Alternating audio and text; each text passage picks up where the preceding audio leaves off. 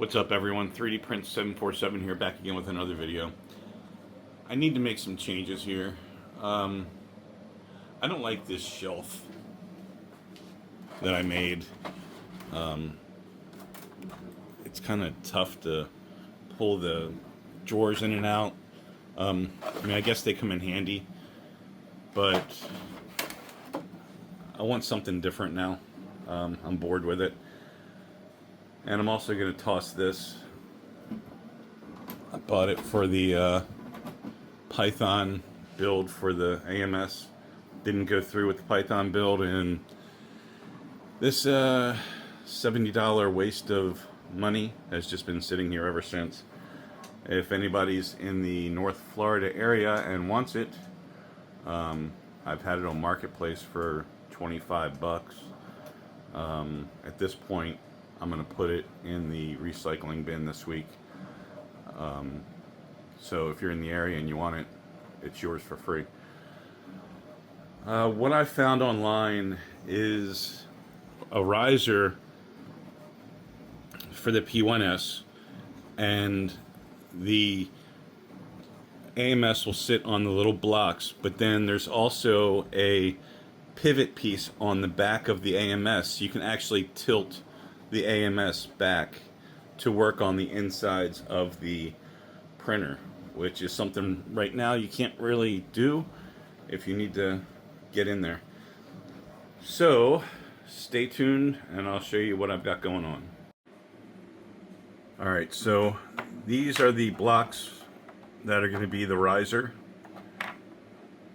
and then these parts are going to go on the back of the P1S and attach to the AMS somehow, and allow you to pivot it back and forth so you can work inside of the printer.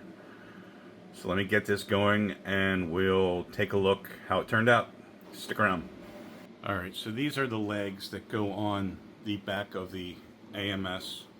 I had to use a rubber mallet to knock them in to the AMS, and then also had to use a rubber mallet to put this piece in the hole that it's designed for, because it was a little tough putting it in there. It was a little too big. I then used channel locks to finalize the the push in, or the getting it in the hole correctly, but it ended up like that on both sides, so I think we're good. I'm gonna get these attached to the back somehow, and we'll be back soon. Alright, so here is what happened. You have to use 3mm by 30mm screws, which I had. I also had to print a side spool holder because these get in the way of the regular holder. Not a big deal. The only thing I don't like is, I don't know if I put these on backwards, the angles, but the AMS doesn't stay back. You can see it falling forward. Not a huge deal. And these are really tight, so just to get them off, and you can see that you'd have to probably remove it from the bracket here. But I don't know. Maybe I'll try to do that. Yeah, I think I might have to. Alright, so I reversed these. I switched sides and changed the angle, and now the AMS will prop up and stay up without issue. This thing has taken me all day. It's been kind of a pain, but once you get it on there, I think it's pretty cool. So I'm going to go ahead and put the spool on. I don't know why this looks like this, which I'm sure I probably screwed up, but